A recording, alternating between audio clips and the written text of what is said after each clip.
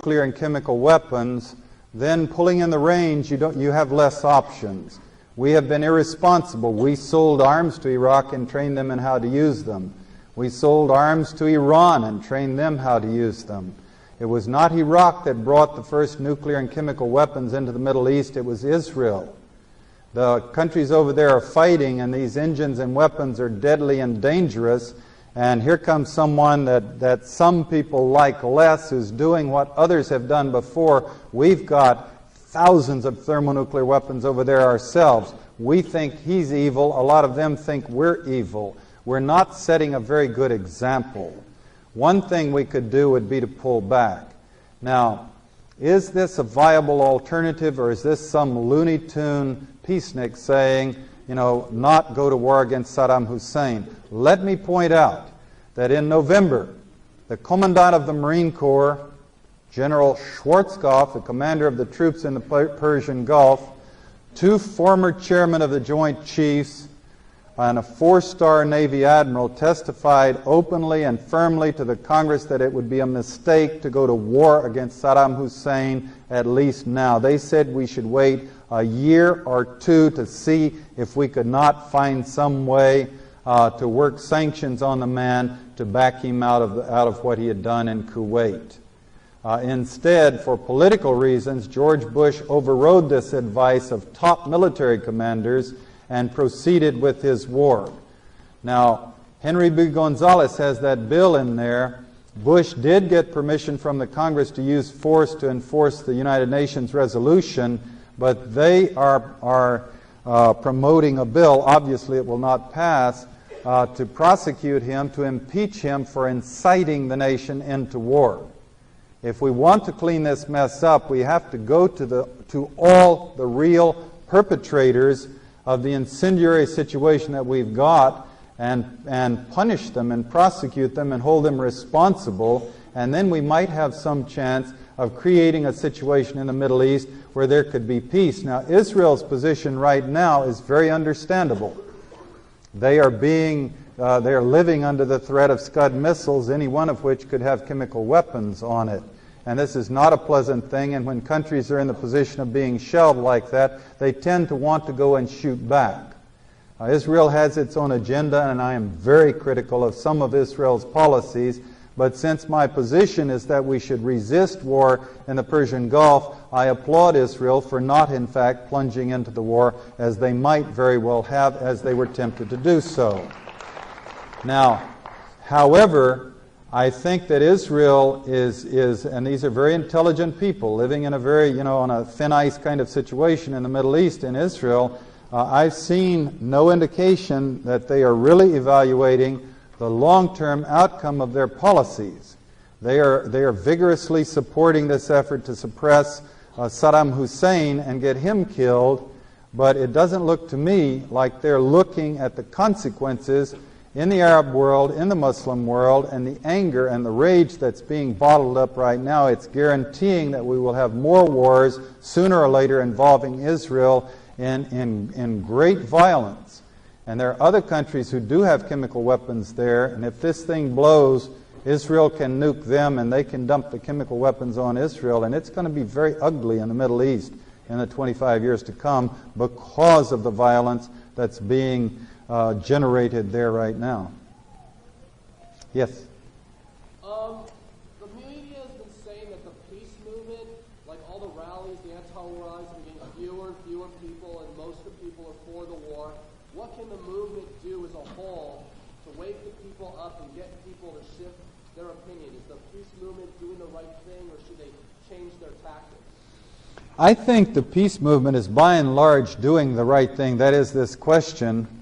Or should it change its tactics? I think it's a measure of the success, as I said before, of the establishment, the military establishment, in creating a good war, that the peace movement would be wearing yellow ribbons along with the police in Santa Cruz, for example, in sending support and warmth and cookies to the troops.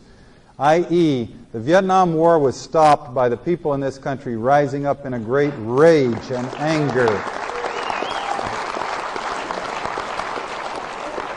The peace movement is as Richard Masur, the actor, said when I was talking in L.A. the other day, and he stood up and he was arguing against me on this thing, and finally he said, well, John, because he had been a vigorous activist in the Vietnam War, against the Vietnam War, and he said, John, I want to feel good about this one. And well, I'm sorry, yes, the peace movement wants to feel good. It's in the instincts of people who want peace that they don't want to feel rage and anger. But I'm sorry, I don't see anything good about this war. There's nothing about it that makes me feel good. Nothing.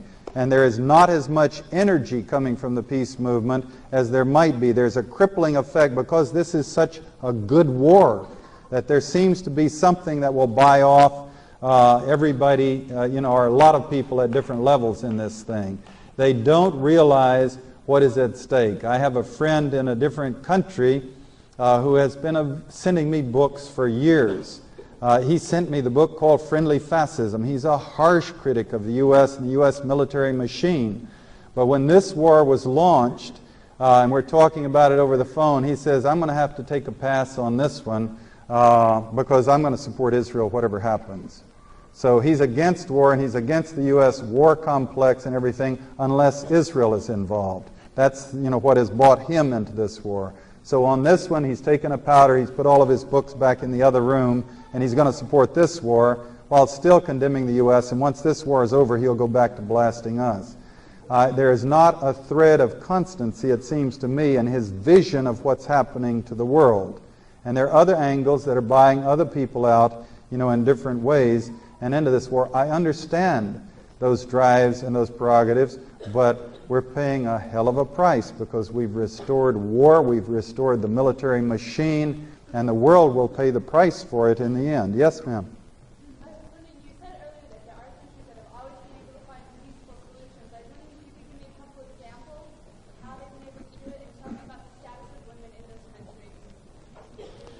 Well, the question is examples of countries that have always or generally tended to avoid going to war. Famous one of those is, of course, Switzerland, which has set itself up in the great wars in Europe as a broker nation, which they all agreed they would allow it to be neutral. Other countries that wanted to be neutral weren't given that luxury, sometimes were forced into it. Switzerland, of course, does merciless economic exploitation of other countries, so you can criticize Switzerland at that level.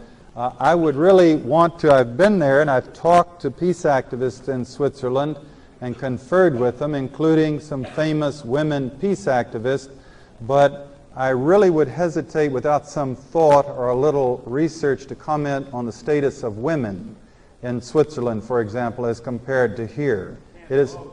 They cannot vote, someone told me. Yeah, this is the details that I, like I say, I want to get into to be specific about Switzerland, but I think your question is leading into what I consider to be an extremely important point. I have always been a feminist, despite also being a chauvinist in a lot of ways. But my father taught my brother and I, when we were very small, to mend our own trousers because my mother had her very demanding career, and it was his policy to support her very sincerely, and we all washed dishes, we all cleaned house, we all mended clothes so that he could do his job and she could do hers and all of that. Profound feminist in terms of equal rights and all of that. I observe and watch what's happening in the world. I've said many times early on in my own growth that perhaps the answer, since men have so bungled the world and gotten it into the jam that it's in now, perhaps the answer would be to go in the direction of women's leadership. However,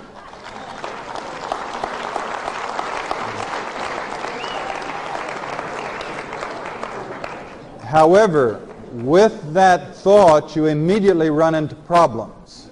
The three great women leaders of modern times took their countries into war. Margaret Thatcher, Indira Gandhi, and Golda Meir. Now, of course, okay, let me finish. Of course, the feminists will stand up and say, but they were forced to play it by the men's rules. However, let me point out some thoughts to you. Phil Donahue did a show in 1985, 5-part segment, The Human Animal, one of which was on aggression, and he had these neurologists from UCLA who went on and gave the statistics that men seek violent solutions 10 times as often as women. Women will resort to bloody violence a tenth as often as men. And I thought about this, and I wrote him a letter, and I said, I think you missed something in those professors, because when you're talking about war, yes, on the streets or in a house, a woman is a tenth as likely to pick up a knife and stab. Women can do it, and they do it, but a tenth as often as men. But when you get into war, you're talking about a different dynamic. Margaret Thatcher was not picking up a machine gun and shooting people down in blood. She was organizing her giant family. And for lots of centuries, women have been very capable of mobilizing the family, protecting the family, fighting for the turf, arguing, and even physically resisting people who are encroaching on her family. She was managing something and orchestrating something very capably. She was not going to war herself. Now, it is true that men suffer from testosterone poisoning. This is the hormone of violence. It relates to violence. There's no question about that. That's true. It is actually generated by certain types of physical activity. And in the schools, for example, where you have big football teams where everyone supports them and they get a lot of support and their testosterone is high, there are a lot more crimes of violence against women by football players than, for example, in colleges where you have a football team where the team is de-emphasized and doesn't have the support. This is the testosterone factor, and the testosterone factor at its worst. I came up with a theory, for whatever it's worth, and you can all scream and throw things at me if you will, but it seems to me, I watch women going through training in Marine Corps boot camp and screaming and yelling the same insane songs. What was that song that they were singing in the women's training?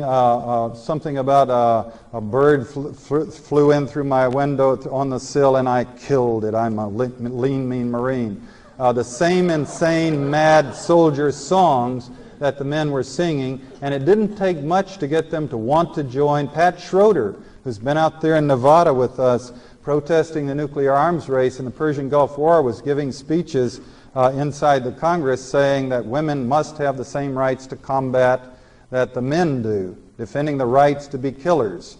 It seems to me that what we're dealing with, this may be an inane idea, is that we're all 85% people and we're all 15% men and women. There's a big common denominator in us with regarding wars and violence and the ability to kill and fly planes and strafe and bomb and rationalize violence. Certainly women sure are taking to it in the Gulf with great patriotism and gusto. And there's a 15% factor that is different, and I applaud the difference. And there is in that factor somewhere nurturing, and this is where I come on real strong. If we turn to some source or engine in the world for help, it's not going to be to all women, because some women will be perfectly happy to lead us to war and fly the planes that drop the nuclear weapons. It's got to be to find and isolate that 15% maternal nurturing instinct and somehow use it to develop the principle of nurturing our planet and our resources and humankind. Yes, ma'am.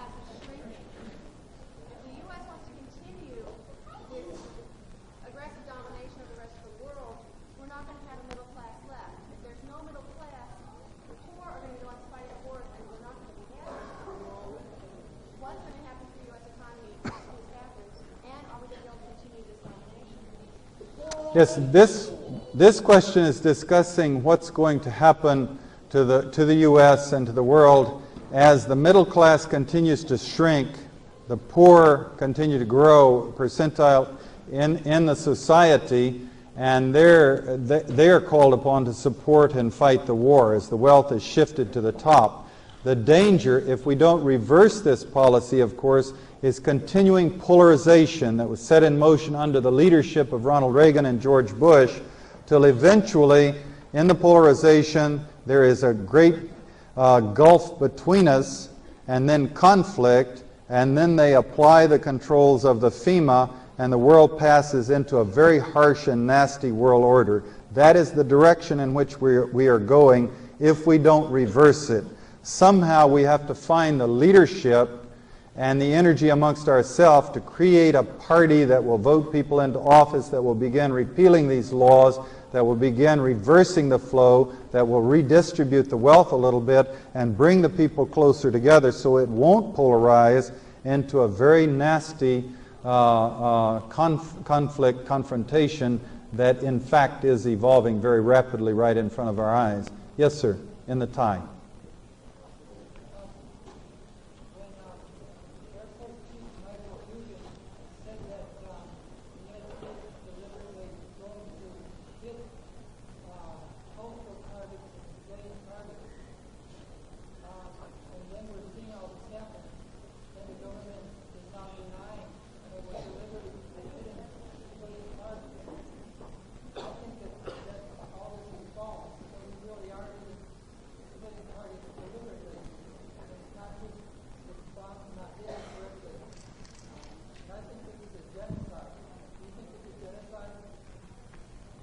The question is this Persian Gulf War a genocide? Are we deliberately targeting civilian targets? Yes, I would definitely call it a genocide to the extent which civilians are being killed. I really deplore this war. The first victims, I said, were the Kuwaitis who were invaded, raped, pillaged, and now are living on the battlefield. And the second victims are the Iraqi people who are now underneath the bombs. There are lots of people being killed by these bombs. The military is working very hard to give us the impression that they're trying to target military targets, and then they're being candid and saying, nevertheless, there will be civilians hit. I have not seen evidence of deliberate targeting large numbers of civilians just to be killing large numbers of civilians. We don't know. That would be bad politics, but we simply don't know. They certainly are careless. Certainly in Panama, when they were going in after Noriega, they managed to kill 2,000 people as we invaded that tiny little country. They were not careful in bombing and strafing to keep it out of civilian areas. I believe that in time when the truth is known, if the media will report it, eventually we got the figures on Panama from 60 Minutes. If the media will report it, I think we're going to find that a lot more civilians were killed than our smiling, serious, sober, articulate military spokesfolks are telling us right now. I'm truly concerned about that. Yes? Not on a sweet subject, but I was reading how Bush recently went to Latin America and applauded the recent election in Chile and Brazil. The papers did mention that they were already democracies for our government overthrew them and put in Pinochet and the dictator in Brazil. Wondering now that they had so-called elections, is everything back to normal in Chile and Brazil, or is it the way it was before? The question is about CI manipulation, the installation of military governments in Brazil and Chile in the 60s and 70s, and now that democracy has been restored, how effectively has it been restored? And there is considerable excitement in Chile now of the fact that they do have a functioning democracy.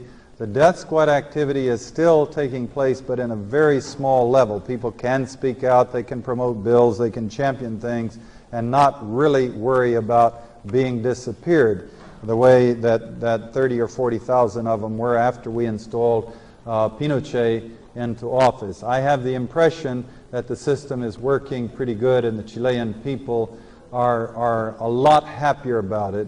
Pinochet is still there. He and his goons are unpunished, and this is obviously a threat and something of concern. My grown daughter is engaged to a Chilean, and I've talked to him about these things, an educated man from the universities there who lived through that horror. And his morale is up. He is cynical about the corruption that still exists. It's not as bad as it was before. Yes, sir, in the back. How important the role do you feel the CIA plays in the downfall of the destabilization of the Soviet Union? The question is, how important do I feel the CIA's role was in the downfall, destabilization, the explosion, implosion of the Soviet Union that is happening today? And it's kind of a tough question. We haven't had any great exposés of the programs. We do know that the CIA has been interested in encouraging this process. It clearly benefits the United States to see the other superpower broken down. The other side of that is there is a tendency to overrate the power of the CIA. On the one hand, I lecture and try to expose all of the activities it's done to destabilize the world, to make so many people suffer. On the other hand, the problems that the Soviet Union has were 70 years in the making, an economy, and before that, an economy that has been repressed, the people that have been repressed, the major energy of that society in greater proportion siphoned off into the military. It came into the arms race from World War II. If you read Daniel Yergin's book, Shattered Peace, the Soviet Union really on its knees at the end of World War II. We were soaring. It was not a fair competition if we were competing with them. They had lost, I forget the figures, 20 million people killed. There were 70,000 villages had been razed. They had lost 500,000 railroad cars, for example. The industrial base shattered as the armies had fought over it. Cities had been under siege for several long years with incredible disease and suffering and repression, tremendous traumatic scar on the country, and they were picking themselves up from that with the motto of never again, i.e. they would build up. They'd been invaded 4 times in history by major armies from Europe coming down and sweeping across, and they just said never again. So they set out to pay any price to develop an army and a nuclear capability that nobody could invade them with impunity in the future. The result was that the Soviet people paid a tremendous price. I mean, Safeways, forget it. To buy a pot roast if you're having someone to dinner, and this is before the recent collapse where the conditions are so bad now. When I visited in '85, you would have to stand in line for hours if there was a pot roast there for you to buy when you got there. Tremendous sacrifice by the people to support a very essentially corrupt military-industrial machinery. To reverse that, just to wave a wand over it and say you're now free and capitalism will prevail and we will prosper, it just doesn't work that way. There's a sense, I talk to people, of course, I have access to, I talk to famous economists and people around about it. People are writing books on it. One of them told me that the Soviet Union, the people, had been sold a kind of a bill of goods that capitalism and profits were a magic word. And he said it reminded him, he said he'd written a paper, he'd quoted Woody Allen, who had said he had been forced to study violin all his life, and he finally gave it up when he was in his teens when he realized he didn't know which end to blow on. I mean, you have a system where they declared freedom of the press, but one government agency controlled all the paper and ink. And then, very quickly as things got tight, Gorbachev said, you know, we have an open society, we have a president, and then he pulled on to the presidency dictatorial powers that George Bush would dream of. And then the KGB has now been restored to full strength, and the military, and they've withdrawn the freedom of the press. And the reason that they're getting so tough is they cannot give to the Soviet people the goods and freedoms that the Soviet people expected glasnost and perestroika would bring. The CIA didn't do all of this to the Soviet Union. I'm sure they're in there when they can, you know, gigging a little bit here and there to urge people along into the fragmentation of the thing. They probably have representatives in Lithuania and Latvia, for example, nudging the process along, but I doubt if they're really big players in that giant dynamic of what's happening there. Back to this side. Yes, sir. I have 2 questions. First, what in your opinion is the future of South Africa and the New World Order? And secondly, seeing your views on polarization of the classes and nationalism, do you consider yourself a Marxist? To take the last question first, no, I'm not a Marxist. I've struggled for a long time to try to figure out what I am since I left the agency. I can't find a label that fits. I'm certainly not a capitalist. I don't have any capital. I was talking to a Welsh filmmaker who took me to Havana to try to do a film about the Cubans in Africa when that was an issue in 1978. We were talking about this, and he said, you're talking about the good people of the world.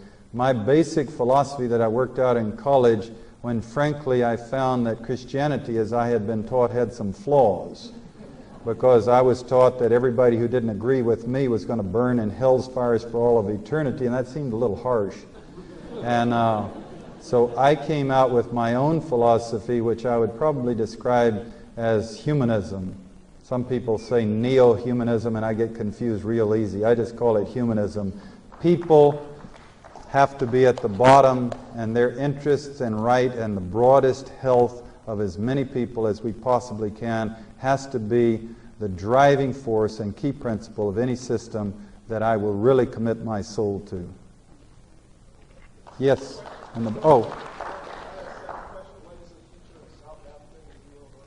Yeah, South Africa, of course, has maintained close ties with the United States economic, white South Africa, and Israel. They've been working at an accommodation and modifying the apartheid laws. There's obviously deep, monstrous problems. Living in Africa, the 15 years that I did, and working there with the CIA and visiting South Africa, I'm keenly aware of those problems. And the CIA, by the way, has a long-time historic commitment to the white South African security services. They are making progress. They have released Nelson Mandela from prison. They are repealing some of the laws, and I do applaud, but I think that the move now to repeal the sanctions is premature. I think that that would be unfortunate for them to leap to do that until you really do achieve one person, one vote in the country and come up with some kind of a leveling effect. It would seem to me that the New World Order is not going to have as a fundamental principle the people of any country, including the people of South Africa. I just cannot see George Bush getting real worked up about the plight and inequities of the lives of blacks in South Africa when he is so insensitive to the lives of the poor in this own country. Yes, in the red in the back. There's been some concern on this campus about FBI and or the CIA keeping tabs on student leaders, potentially clamping down on activism later if the time they goes this way. Can you tell me what you know about that aspect of government surveillance and what would you have to do as a student leader to get back to that? The question is government, FBI, CIA surveillance of student leaders. Comment what you would have to do to attract such hostile surveillance or interest. I would say that if you're 20 years old and you do not have 4 files on you in some government offices, you're not a responsible citizen of the world.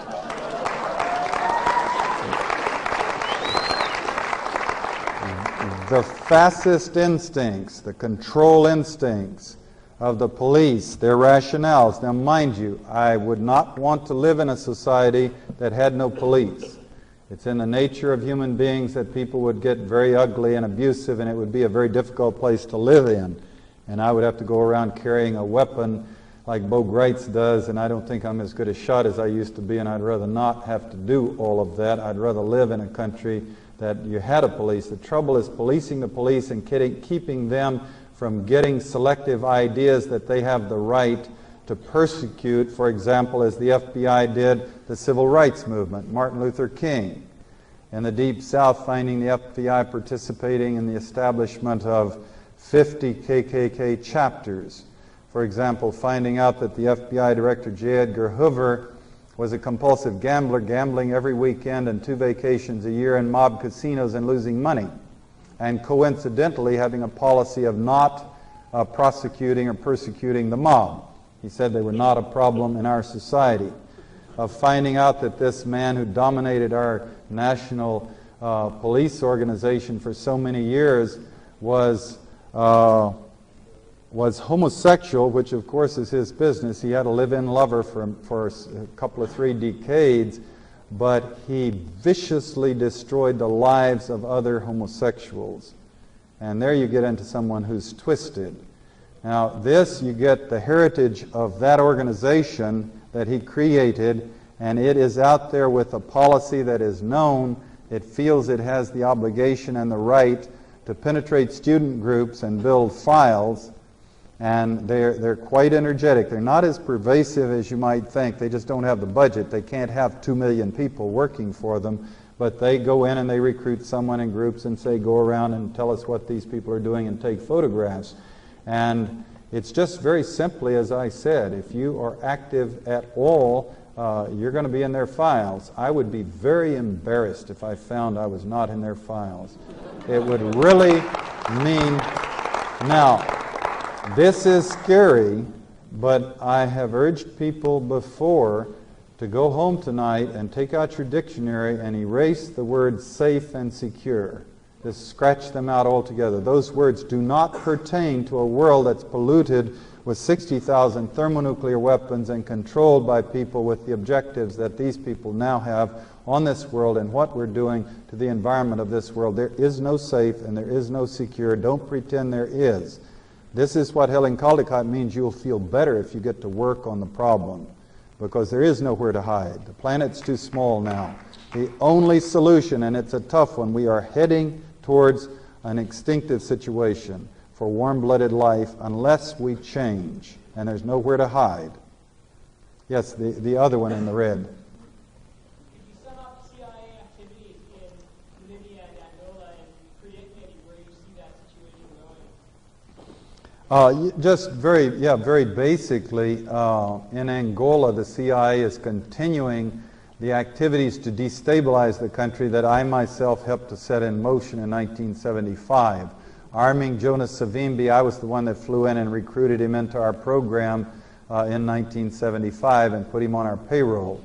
For a while, the Clark Amendment had it suspended what we were doing, and the South Africans were doing it for us.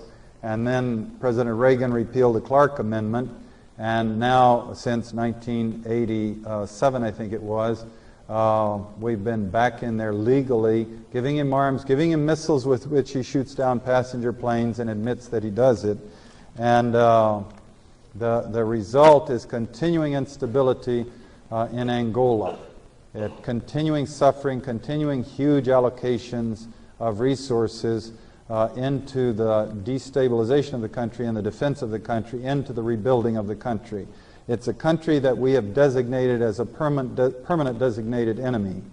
And until the government is overthrown or there is pressure from the public to release the country from this enemies list of ours, I think we will probably continue to brutalize it. The Soviet Union, as it's losing its resources and collapsing into economic chaos, has less resources to put in on the other side. However, Angola is an oil country, and it's been buying most of the arms from the Soviet Union. And my sense, we are, by the way, as you notice, drifting into Cold War II. And it's my concern that we will probably find ourselves with the Soviets continuing to arm Angola and us continuing to destabilize it, barring a miracle for the Angolan people. I feel very sorry for them, and with a sense of personal involvement since I helped set that program in motion all those years ago. Yes, sir, there's a dark spot in there, but I can see a hand up. Do you think, in the last week with all the Soviet peace initiatives or terrorist initiatives, do you think they're sincere? And if they are sincere, why would the Soviets want to enter this war? And if they're not sincere, why would they want to be perceived as they want to enter the war instead of the war? Yeah, this is a good and enormously timely question, because George Bush was, all of the signals were that they would bomb for another month or so, the Iraqi army in Kuwait. And then Saddam Hussein said himself, or there was a signal came out that they might withdraw from Kuwait under certain circumstances. And immediately George Bush moved up the date. Instead of months, it would be a matter of days before we would engage the ground war, because they want a violent solution. Then Gorbachev steps in and starts organizing a peace initiative. And it's not very mystifying why he's doing what he's doing. He has horrendous problems in the Soviet Union, which he cannot solve either. He has brought on himself dictatorial powers, and people are protesting, calling for his resignation. Countries are breaking away. The Soviet Union is threatening to descend into chaos with his armies, or the Central Armies, fighting armies in the different republics, civil wars and chaos and secessions. He desperately needed something to give himself some energy, and so, taram, he steps out as the peace negotiator of the Persian Gulf War.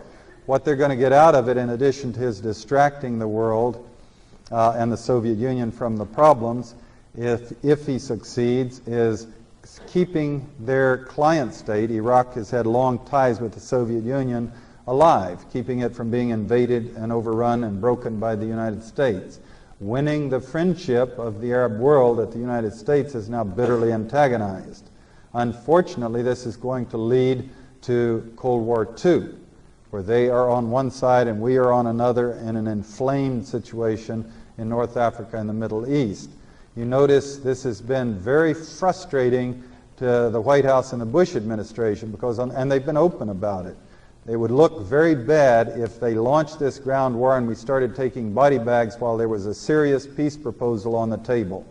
They want a violent solution, but on the other hand, they're under enormous pressure from the people in the coalition and other countries in the United Nations and the world order that he's brought together to accept some kind of a compromise that will save all of the massacre in the desert.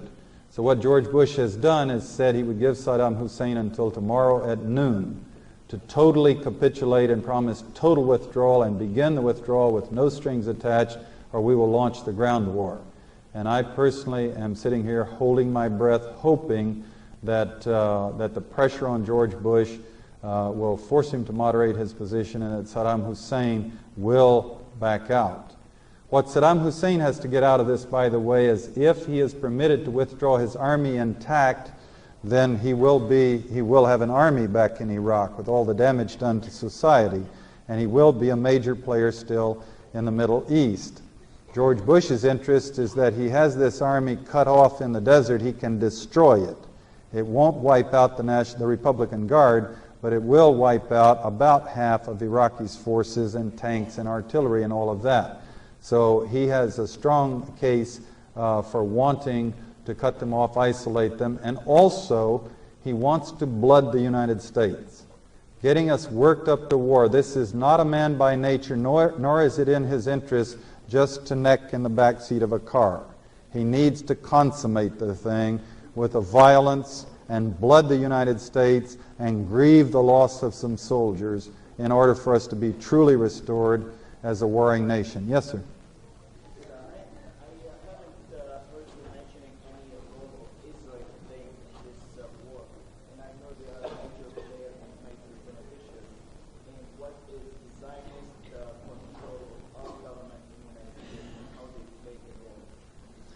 This is a question about Israel's role in this war. I've referred to it obliquely, and I hasten to say that it is not my forte, the study of the Middle East. I'm an Africanist in Asia. I studied Central America in the 80s. I've begun in the last 8 months to read into the Middle East. I have been there before, since I was 8 years old, a few times. But I would not be qualified to really speak for all the subtleties of Israel's position, and I can guarantee you that anything I say will piss someone off. That just goes with discussing Israel and the Middle East.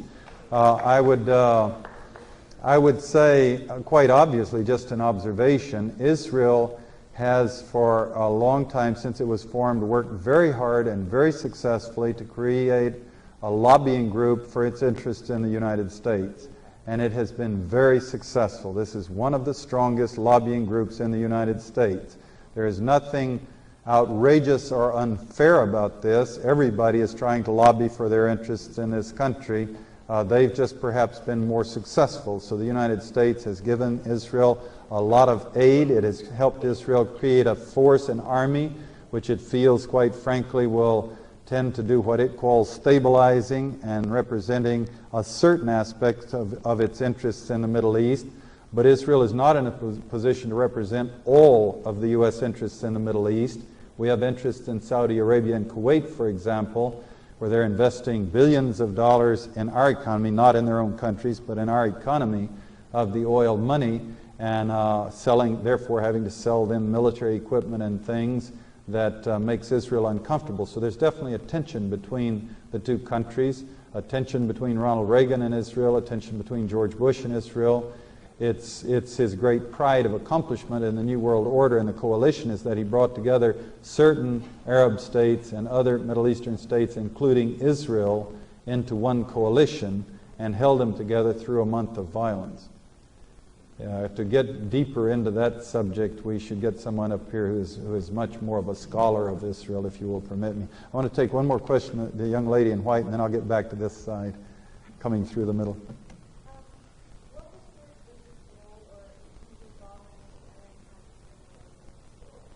George Bush's involvement in the Iran-Contra scandal is pretty well known, actually. He was the most active, perhaps, vice president we've ever had.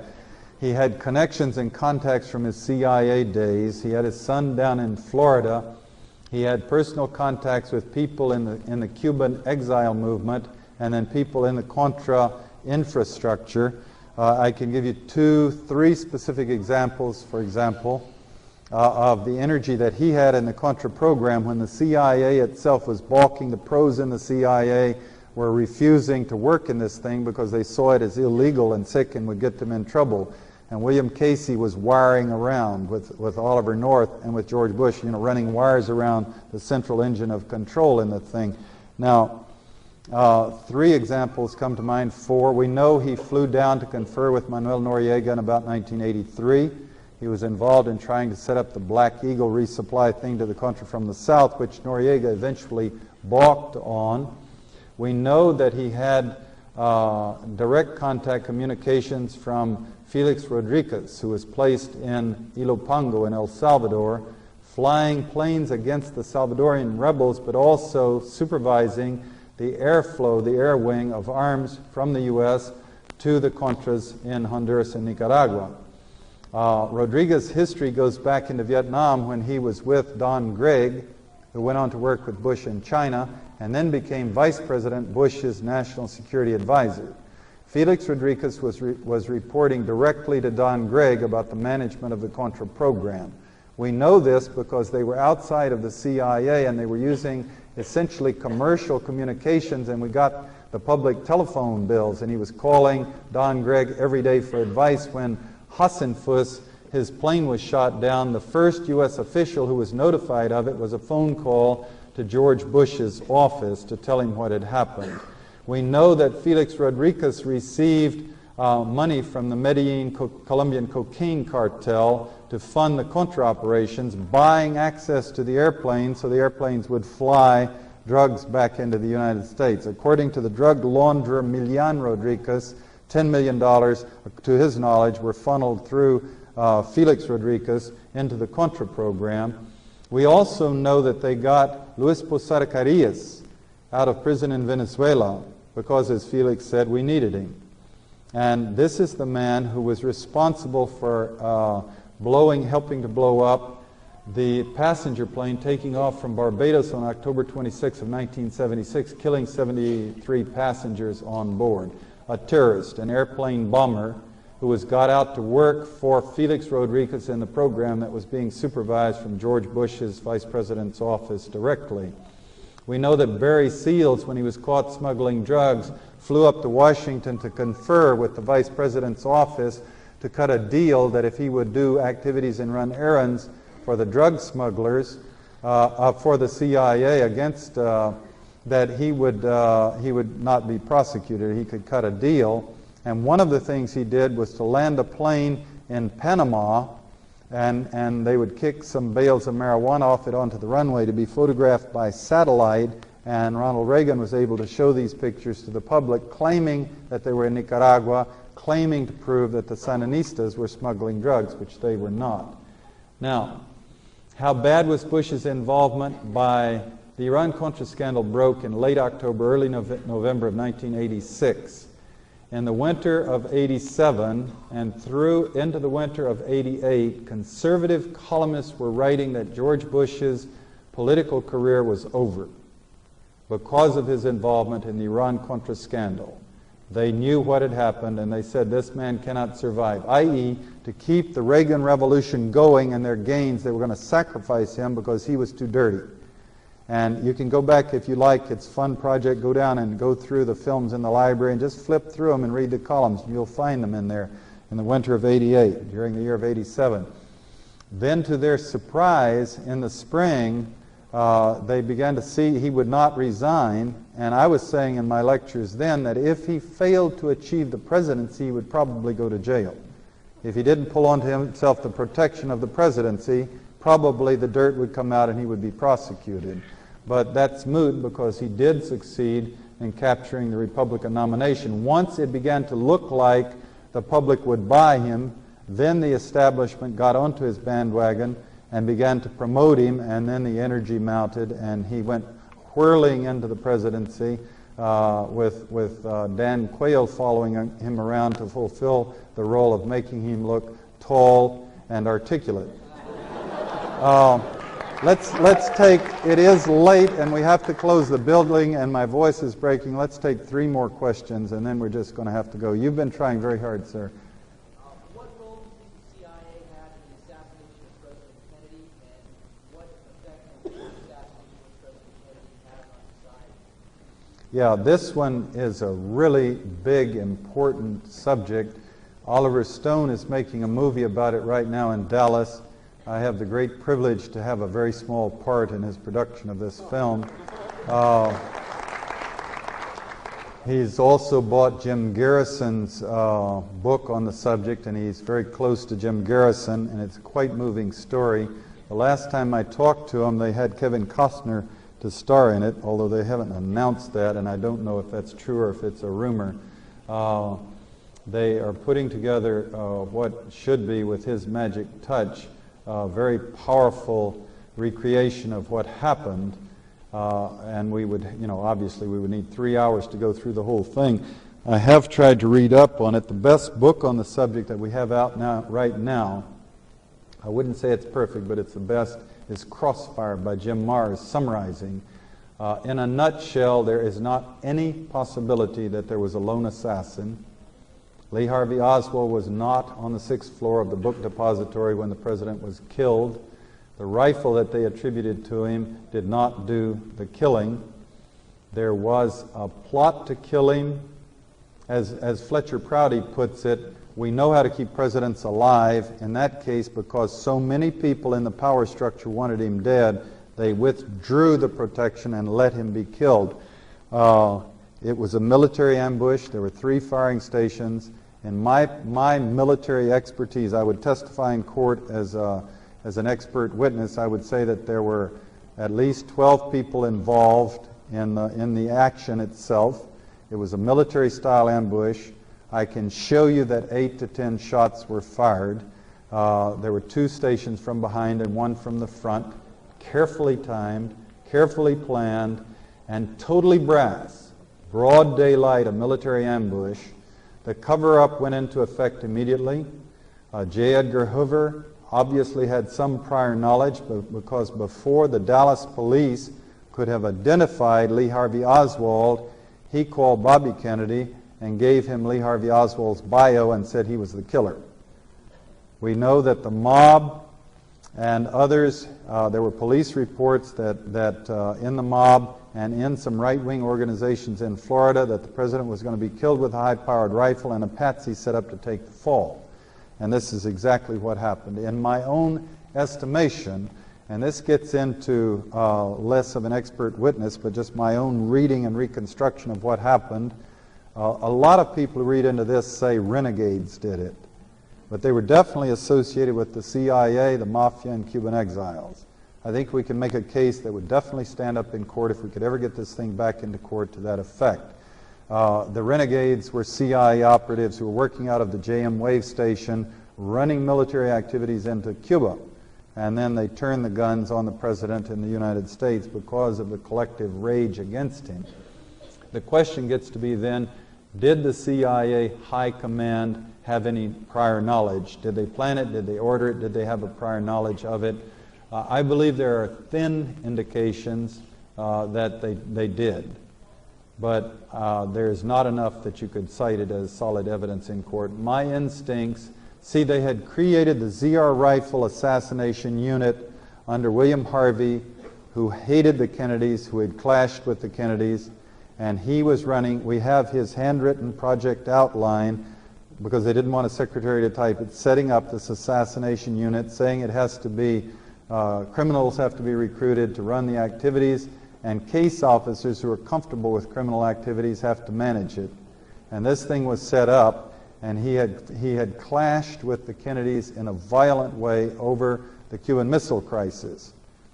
While, God, this is so complex, it's hard just to assert it, but while the President Kennedy was trying to get the missiles out of Cuba and bluffing World War III, nuclear war with the Soviet Union, but wanting to resolve it, bluff the, not wanting to go to war, William Harvey was jamming killer teams into Cuba to provoke the war, to provoke the fighting. And this was a pirate thing outside of policy by a madman down in the CI's assassination unit. Afterwards, Bobby Kennedy found out what had happened, and they broke Harvey and exiled him to the Rome station. And eventually he died of eating beef and steaks and drinking too much. But at the time, his rage against Kennedy and his propensity for killing and this unit's activity and then the threads and indications that we have, I would say somewhere from that group are the people that worked under him or with him, with Cuban exiles, with the mafia, and we have a lot of details of the overlapping activities with the mafia in this thing. They are the ones who actually put the shooters in Dallas and pull the triggers. Yes, sir, in the red. Given the insanity of the world and given the system you talk about that we often kind of see, we can understand it, and given that we kill all of our world leaders, and given your life's on the line, I'm sure, at Christie's Institute, it gets sabotaged, just given the incredible system and the almost impossible ability to like break into the system, what do you give me like 4 or 5 things that people can really do, like really you can do? The only thing I come up with is quit paying our taxes. Believe it. Quit. We could bring the whole thing down, but that's maybe a stupid idea. Do you have like 4 or 5 things that people can really do to like impact this situation? Well, I'll give you some suggestions, and I don't mean these to be radical. In terms of specifics, I don't know where you live and what your skills are and talents in that sense, whether you should join this type of a group or that. But one thing, I had to teach myself to read these books. When I left the CIA, I'd been reading cables, but mostly running operations and reading fiction for fun. I had to teach my mind to read in order to master all of this stuff and come up with the observations that I come up with. I would suggest that you go home and unplug your television set with a pair of scissors.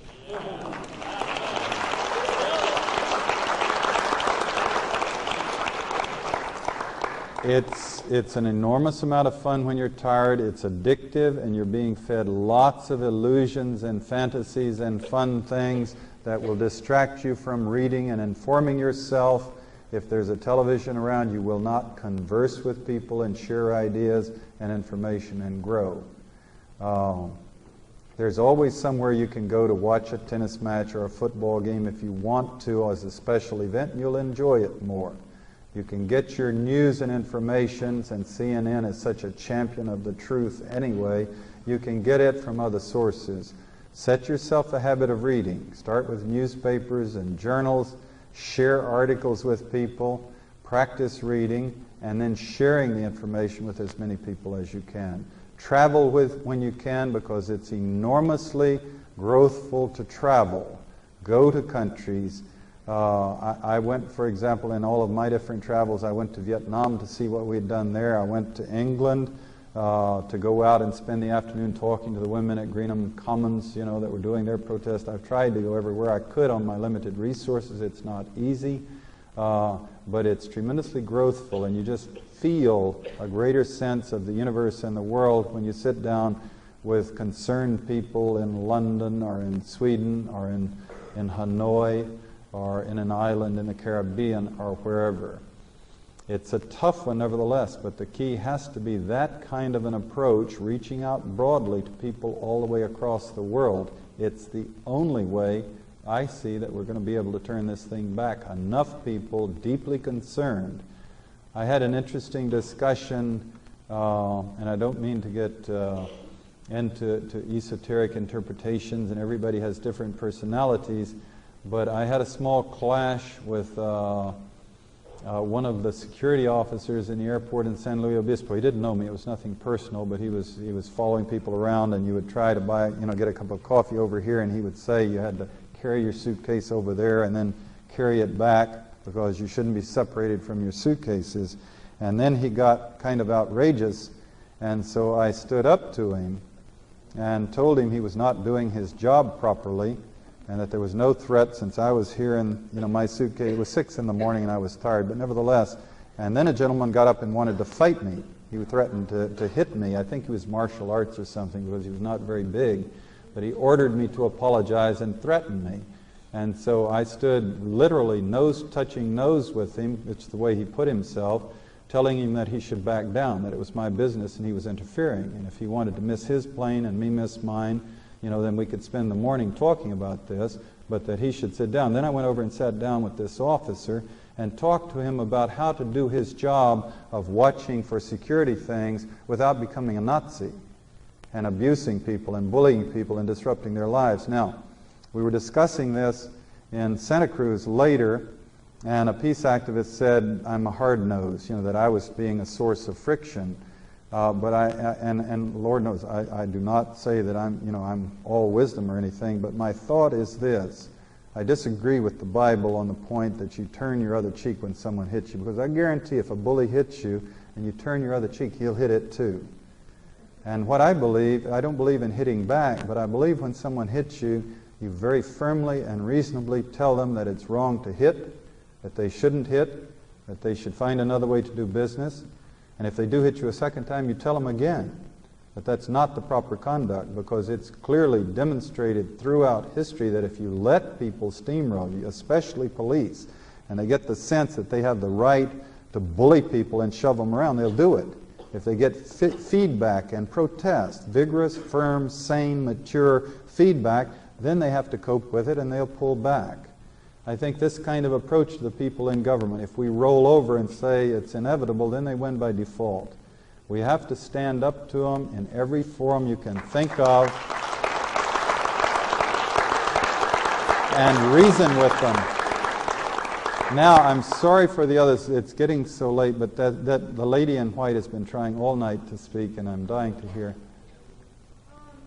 Thanks for finally calling on me. I wanted to ask you if you have any current information on the state defense forces and their relationship to neo-Nazi camps that are sprouting up all over the country. Only the question is about the state defense forces and the neo-Nazi camps that are springing up all over the country. And do I have a comment? And only the very obvious comment that this is very definitely a manifestation of the instincts and principles that President Reagan, Governor Reagan, worked to inculcate. Bush, a little bit less petty and obnoxious about it, but Ronald Reagan had a real affinity for such madness. And these things are grassroots madness. This is a dangerous element. This is where you're taking the worst kind of people and they're being encouraged to get together and rehearse war, rehearse machine gunning people, rehearse imposing their will on people. I see it as a very dangerous thing, very much a symptom of the times, of what's happening, of what we're heading into. Very much part of what all sane people have to calmly, maturely, and determinedly put the brakes on. This could go on all night, but it can't go on all night. I've got to speak again in San Diego at noon tomorrow and get up at 5 to get there at the airport. Thank you very much. Thank you. Thank you.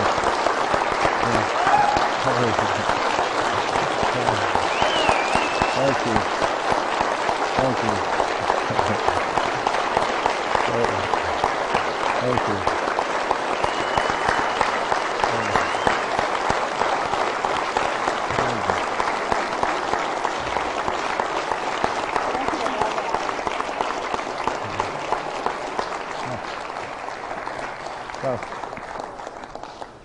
Whew.